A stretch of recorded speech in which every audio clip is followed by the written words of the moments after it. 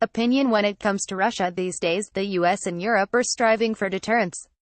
That's what drove the Obama administration to impose sector-based sanctions on Russia after its stealth invasion of Ukraine. Deterrence justified the Treasury sanctions this month against Russian oligarchs. They send a message: this is what happens when you interfere in our election. Don't do it again. Deterrence has its place, but it should not be the only objective when thinking about how to counter Russia. There is also inoculation. As I wrote in 2016, Russia's participation in international organizations, big and small, too often undermines the institutions themselves. You see this at the UN Security Council when Russia's veto has shielded Syria's dictator from consequences for the use of chemical weapons. You also see it at Interpol, where Russia tries to issue arrest warrants for its political opposition. Moscow is like a termite gnawing away at the world bodies in which it participates. This Friday, the U.S. Helsinki Commission, a U.S. government entity that monitors human rights in 57 nations, will be looking at the latest potential victim of the Russian rot from within, the United Nations Commission Against Impunity in Guatemala, often known by its Spanish initial CICIG. The commission, founded in 2007, does vital work in trying to save this small Central American state from being picked clean by gangsters. Brittany Benowitz, the chief counsel for the American Bar Association's Center for Human Rights, called it a historic effort by the international community to challenge a government captured by organized crime. While CICIG does not have the power to prosecute Guatemalan officials, it does recommend prosecutions, and its recommendations carry a lot of weight. The commission has already taken down one Guatemalan president, and its investigators are probing allegations against the current one. This is why it's so strange that CICIG has targeted Igor and Irina Bitkov, along with their daughter Anastasia, a family that fled Russia in 2008 and ended up in Guatemala after buying false passports and identity cards. Wall Street Journal columnist Mary Anastasia O'Grady has documented their case in a series of bracing columns. Starting in 2007, the bank VTB and other Russian lenders pressured the Bitkovs to sell their timber business at a much lower price than it was worth. First they demanded full repayment of an earlier loan, most of which was paid off. Then the banks forced a fire sale of the company. In this period the Bitkov family was terrorized.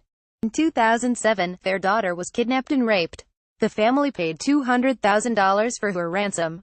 By 2009 the family was in Turkey and spent $150,000 for new identities and a new life in Guatemala. For a few years the plan worked. But the Russians who tormented them did not relent. In 2015 the Bitkovs were arrested by Guatemala for the false passports and identity cards, under pressure from VTB Bank and others. VTB, which has been under US and EU sanctions since Russia's 2014 invasion of Ukraine, claimed it was seeking repayment of the initial loans made to the Bitkov timber business. The Bitkovs fought this in court, but the prosecutors kept pushing, spurred on by CICIG. When an appeals court in December ruled that the Bitkovs were guilty only of administrative violations and not more serious crimes, the state prosecutor and CICIG persisted. As O'Grady reported, only 2 days after the appeals court ruling in 2015, Russian authorities raided the homes of Irina Bitkov's brother and Igor Bitkov's mother because they were sending money to the family in Guatemala. In January of this year, another tribunal ignored the appeals court verdict and sentenced Igor to 19 years in prison, and his wife and daughter to 14 years in prison. Ostensibly their conviction was part of the prosecution of a criminal ring that had accepted bribes for false identification documents and such. But as O'Grady points out, the Bitkovs were not perpetrators of this criminal syndicate, but victims. They were the only party that didn't profit from the corruption in this case. To this day, CICIG stands by the verdict against the Bitkovs, claiming the harsh sentence sent a powerful message to future human traffickers. Benowitz also told me that while she had no opinion about the specific case against the Bitkovs, she said it was wrong to impugn the integrity of CICIG or the judge that handed down the sentence against the family. Others, though, are not buying that. Representative Christopher Smith, the Republican co-chairman of the Helsinki Commission, told me this week, the grotesque abuses and injustices the Bitkov family has suffered in Guatemala through CICIG raise grave questions about why CICIG would pursue, with such vindictiveness, a family that sought safety in Guatemala. That question will be explored by the U.S. Helsinki Commission this week, which itself counts as an irony. When Smith's panel was established in 1975, it was meant to monitor the Soviet Union's compliance with commitments it made on human rights through the Helsinki Accords. By the 1980s, the Western strategy was to integrate the Soviets into international institutions as a way of shaming Moscow into changing its behavior. More than 40 years later, the Russians have flipped the script.